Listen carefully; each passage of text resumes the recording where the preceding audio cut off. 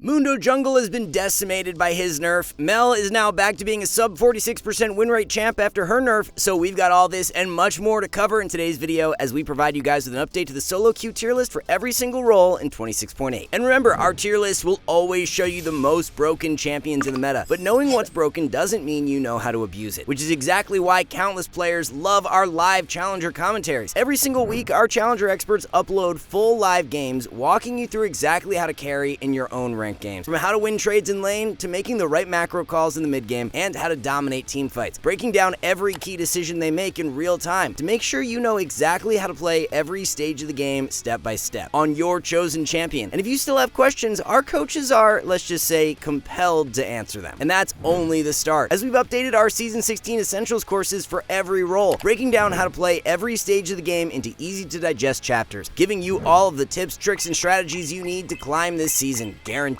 As if you don't climb at least 5 divisions while actively using our service, then you get every penny back. So what's there to lose? Get your exclusive one-time discount by clicking the link in the pinned comment or description below and start your climb today. So starting things off with some top lane updates, our challenger top laner Strumpist has been running a really interesting new setup on his Vayne top, so let's break it down. So it's a very matchup specific strategy where into champs like Jax, Camille, or Renekton, you put 3 points into E and then take Electrocute for the Keystone rune. The idea behind this is that Jax, Camille, and Renekton have cooldowns on their key trading abilities that are 16 seconds or longer. Jax E is 17 seconds, Renekton E is 16 seconds, and Camille E is 16 seconds. The problem with that for Vayne is that her E is on a 20-second cooldown at rank 1 in the spell. This means that all those champs can try to trade with Vayne, and then they have a 3 or 4 second window where their abilities come back off cooldown where they can trade and Vayne can't condemn them away. By putting at least 3 points in Vayne E, the spell drops to a 16-second cooldown, which is the exact same as those spells of Jax, Cam, and Renekton. So once you hit level 5, Vayne can then play extremely aggro in those matchups because if they try to initiate anything, she knows she will have her E up to counter them. By taking Electrocute for the Keystone, you enhance your short trading power, which is what you want in those fighter matchups. Now, of course, if you're playing into a tank matchup, then you just go the standard Vayne setup, but this strategy can work really well for you in those specific matchups. We've got the full extensive breakdown of this strategy up on our Advanced Insights section of Vayne's build page on our new free build site, so be sure to check that out if you want to learn more about it. So we've mentioned in recent videos how Sunfire and Hollow Radiance Rush is quite overrated on Ornn right now, and it's also extremely overrated on Malphite. For a long time now, it's actually been way more optimal to rush Frozen Heart or Canic Rookern on Malphite, but players just autopilot Sunfire or Hollow Radiance. Early on in lane, you really don't need the additional wave clear from Abami's Cinder, as building a component from Frozen Heart like Warden's Mail is so much more valuable. Frozen Heart as a whole is super synergistic with Malphite because you get armor, haste, and mana. All 3 of those stats are incredibly valuable on Malphite, especially the fact you get 75 armor, which is 15 more than what you get on Sunfire, so your abilities are dealing more damage if you go Frozen Heart since Malphite's abilities scale off of armor. The passive on Frozen Heart is also such a hard counter to many fighter top laners who rely on auto-attacking to deal damage, so especially against Jax, Tryndamere, Irelia, Yone, Yasuo, or Olaf, the Frozen Heart is an even more OP pickup. So 26.9 is going to be the patch that likely shakes up the meta for all roles, as there isn't much to update for top lane in 26.8, being that there wasn't a single top lane champion adjusted. Garen and Kayle continue to be the most OP top laners for now, but that could definitely be changing soon. We're seeing some big Dusk and Dawn adjustments in 26.9, so we'll have to keep a close eye on how that impacts Kayle's strength in meta, as she's been a Dusk and Dawn user. A bunch of rune and item changes are coming too, so we should have a massive update in 26.9 for top lane. So the biggest loser from the 26.8 changes ended up being Mundo, as he's now tracking as one of the weaker junglers. Riot nerfed not only his Q damage to monsters, but his E damage to monsters as well, so a double hit to his clear speed, which is proving to be very impactful. Mundo was definitely overperforming a bit last patch, but these nerfs have taken things a bit too far, as he's now a lower percentile jungle pickup. We had moved Mundo down into the A tier for our pre-patch tier list, but we have to adjust him even further seeing how hard the nerfs hit him, as we're dropping him into B tier. So now that it's been a few patches since Shyvana's rework, she's settling out as a pretty solid pickup, and we're bumping her into the A tier. She's still a more low elo skewed champ, as she's not seeing nearly as much success in the higher ranks, but she is really overperforming in all the lower elos. With Mundo nerf for this patch, we are dropping him out of our low elo top 3, and we'll be replacing him with Shyvana. If you're looking to pick up Shyvana, we have a reworked Shyvana guide that we uploaded on the day of her release, so it's a great resource to check out if you're just getting started on her. So for the jungle tier list in 26.8, it's going to be Nocturne and Briar returning as the OP picks once again. There's an interesting new rune setup going around for Rek'Sai right now that has her taking Press the Attack for the Keystone instead of Conqueror. PTA has been outperforming Conqueror over the past patch, and it looks to be quite underrated if taken in the correct spots. spots. The big difference between PTA and Conqueror is that PTA offers more upfront damage while Conqueror is best in longer extended fights. So where you would look to go press the attack on Rek'Sai is in games where the enemy team is majority squishy, where you can burst them out faster and don't need the extended fight power from Conqueror. Rek'Sai has actually been pretty underrated in general lately, especially for the higher elos, holding a top 5 win rate for a few patches in a row, so we've got her up in the S tier as a really strong pickup. So other than Mundo dropping down the tier list due to his nerf, Lilia was buffed and the changes landed pretty impactful. It was Lilia's passive monster damage that went up by a lot, as it was 65 flat before, but now goes from 70 scaling to 180. So once you get a few levels on Lilia, you're clearing a lot faster than before, and this is translating into a nice spike in power for the champ. As a result of this buff and seeing how it's landed, we are giving Lilia a push up into the jungle S tier for mid patch. For mid lane in 26.8, we saw some nerfs to Mel and buffs to Hui, but the general outlook on the meta remains very similar to last patch, with Xerath locking down the OP tier. Mel is now back to being one of the weakest mid laners in the game, as her win rate has fallen by around 2%. The crazy thing is that despite getting nerfed, Mel's ban rate remains at 40%, so we're reaching unprecedented territory here. Usually if a champion has a sub 46% win rate, they will never have a ban rate higher than a few percent. So the fact people are still banning Mel despite her being a statistically poor champion goes to show how frustrating her kit is as a whole. Who knows where Riot goes from here, but it really looks like they're going to have to rework Mel's W at the very least in order to reduce the general player's frustration in playing against her. In regards to the Hui changes, they are looking to have landed quite neutral. The damage was buffed on his passive, but then there was also a bug fix nerf issued, so Hui's power has not been impacted as a whole, and we'll be leaving him in the mid lane A tier. A build that we have highlighted on our brand new build site for Jhin that we want to mention that is really underrated consists of going Ghostblade with Stormrazor. Hubris is being played quite a bit as Jhin's rush right now, and it's not bad by any means, but we really like the Ghostblade with Stormrazor combo because of all the additional movement speed you get from the core. Jhin's main weakness is the fact he lacks a gap closer, so by building Ghostblade with Stormrazor, the amount of kiting power you get is incredible. Into melee heavy fighter or tanks comps, you can still opt for the higher DPS 2-item core of Stormrazor and Infinity Edge, but if you're playing into a squishier or rangier comp, that's where this Ghostblade with Stormrazor core slots in the best. The Collector is also a pretty big bait item on Jhin right now. If you want to rush Hubris or Ghostblade, then that's fine, but building 2 lethality items on Jhin isn't worth it. Stormrazor is just way too good to pass up on for Jhin, so you're either rushing it or building it second. So for the ADC meta in 26.8, Lucian did end up getting a buff, and it's landed as to how we expected, with him being a good A tier pick, but just short of moving into S. The broader outlook on the meta doesn't change at all for this patch, with Jinx, Ashe, and Xayah as the OP tier champs. Since there isn't much to talk about in regards to the meta, one thing we want to ask you guys about, which we've seen your comments on, is whether we should keep mages on the tier list or make a separate bracket for mages. Whether you like it or not, mages are simply some of the best and easiest champions you can play bot lane to climb with, so it feels a bit strange if we were to just completely omit them from the list. At the same time though, we do agree that the S tier just ends up looking a bit cluttered because of the mages, so let us know in the comments whether you think we should keep the design how it is, completely remove mages entirely, or have a separate section for mages. This is what the separate section would look like, so that we've got the mages grouped up together away from the traditional ADCs. Basically, it'll be a section that highlights the best bot lane mages that you can play for the current patch. As always, we're constantly looking for ways to improve the quality of our content, so if this is something you think we should do, then be sure to let us know. And then for the support tier list in 26.8, it was Karma, Tom, and Yuumi who were adjusted this patch. Karma lost enough power to where she's now down in the A tier instead of S. Tahm Kench is actually not a terrible support pick for the first time in a while, as he's up in the A tier, and then Yuumi actually lost win rate from her adjustments. The Yuumi changes were really weird, because even though Riot buffed the heal on her R, they issued 2 bug fixes to the spell, which has resulted in Yuumi losing power. We had Yuumi in the support B tier last patch, but with these changes landing negatively, we're going to slide her down into C, as she's just not a support you want to be prioritizing if you're serious about climbing and improving from the support role. And then I guess if you count Mel as a support, she was another champ who got changed in the role for this patch with a couple of nerfs, and she's as close to unplayable as you're ever going to get for a champion. Mel's support win rate has quite literally dropped to 40% as a result of the nerfs, so if you're someone who is actually picking Mel support in solo queue, then you're making things drastically harder for yourself than they have to be. If you want to play a pokey mage support, then just pick Seraphine or Zyra, as they are miles better than Mel right now. Alright guys, one last thing, our rank up guarantee is insane. It's like signing up for the gym and getting a refund if you don't get ripped. That's how confident we are in SkillCapped. We obsess over making the best guides with top players, rigorous testing, and top tier video editing to make your climb easy. If you're ready to level up, visit SkillCapped.com and see the difference. So that's gonna be all for this one, guys. Hopefully this is the last more boring patch we will see for a while, as it looks like Riot has a ton of interesting changes cooked up for 26.9 that we can look forward to. With that being said, thank you all so much for watching, and we'll see you in the next one.